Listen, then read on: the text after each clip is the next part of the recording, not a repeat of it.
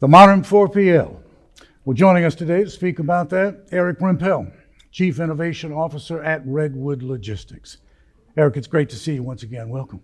Thanks, Russell.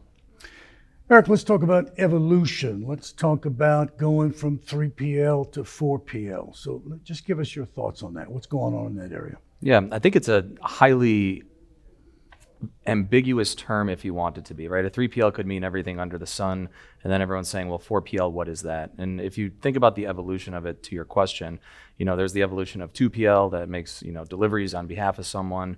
The 3PL was, the inception of intermodal marketing, right? And a third party being in there. And then you see this evolution towards 4PL in the 90s with Accenture, kind of backs down a little bit. And then that kind of becomes an opportunity for one of maybe two things, right? Consultants of consultants, or someone who orchestrates supply chains. And, we're quite focused on the latter. Mm-hmm. But we're still running into some folks who argue there really is no such thing. It's just a 3PL world. Yeah. And what do you say to someone who says that, who thinks that way?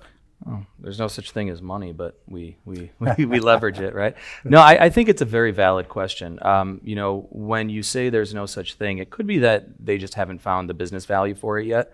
But if you're looking at a 3PL, to execute on your behalf, you're really looking at a 4PL to help with strategy and orchestration on your behalf. So perhaps those organizations aren't at a point where they're ready to evolve to that level of supply chain management. But whether you call it 4PL or you call it an orchestrated supply chain or anything in between, the demand for it is certainly there. Mm-hmm, mm-hmm. Okay, now somebody listening to us is probably saying to myself, I want to hear Eric talk about how I can successfully integrate supply chain execution with technology. So I'm hoping he's going to get to that. Well, talk to that person. What would you say? If we use three words that kind of sound scary, but they're not, is event-based orchestration. When there's an event in one system or with one human, right, those people or those systems can say, I'm in a state that I need someone else to do something. I need something to happen. I want to check inventory levels. I want to automate and make a decision. And if you think about that happening at massive scale, millions of times per day, that's really all we're talking about here is good decision making that takes inputs from a variety of systems and in real time can make some pretty not only good decisions but cost savings decisions. The same person who hears you say that says, all right, I'm very much interested in this. How long is this process going to take me to implement the kind of thing that Eric is talking about? Yeah. What do you say? So the annoying answer is it varies, but the real answer is no matter how painful it is to get to the data, no matter what types of systems organizations use, we like to say that every organization has their own supply chain fingerprint. Everybody's different, but if you take an 80-20 type swing at this, you could have the core elements of your system connected and driving automated business decisions in under a month. Mm-hmm. Mm-hmm. Okay, so to the retailers who are listening to you right now, to the manufacturers who are watching this video right now, they want to know about results that are going to flow from doing this 4PL process that we're talking about well. So give them a sort of a laundry list, if you will, of just what they can expect. Yeah. What do you say?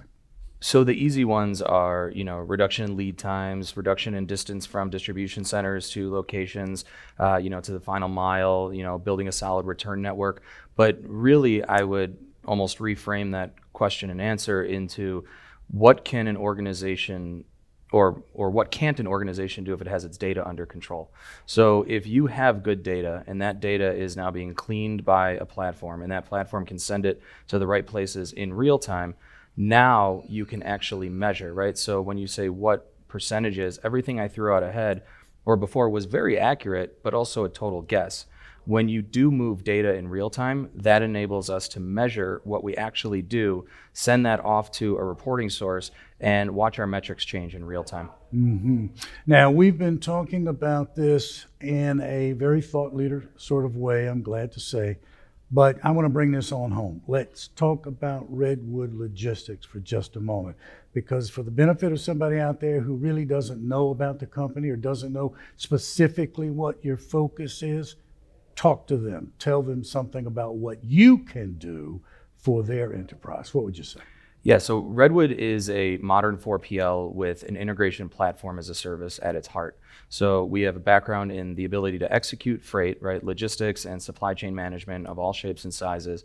And in addition to that, we execute on the digital side of things where we help orchestrate supply chain technology. So when we put those two things together and we have a platform in the middle that lets us pick and choose which technologies, which partners, and every single one of our customers gets their own version of that platform to optimize the way they do things in their supply chain, that to us is a modern 4PL. That's what we call logistics platform as a service. And it's pretty exciting because we help companies of all shapes and sizes and verticals execute and orchestrate and automate their networks.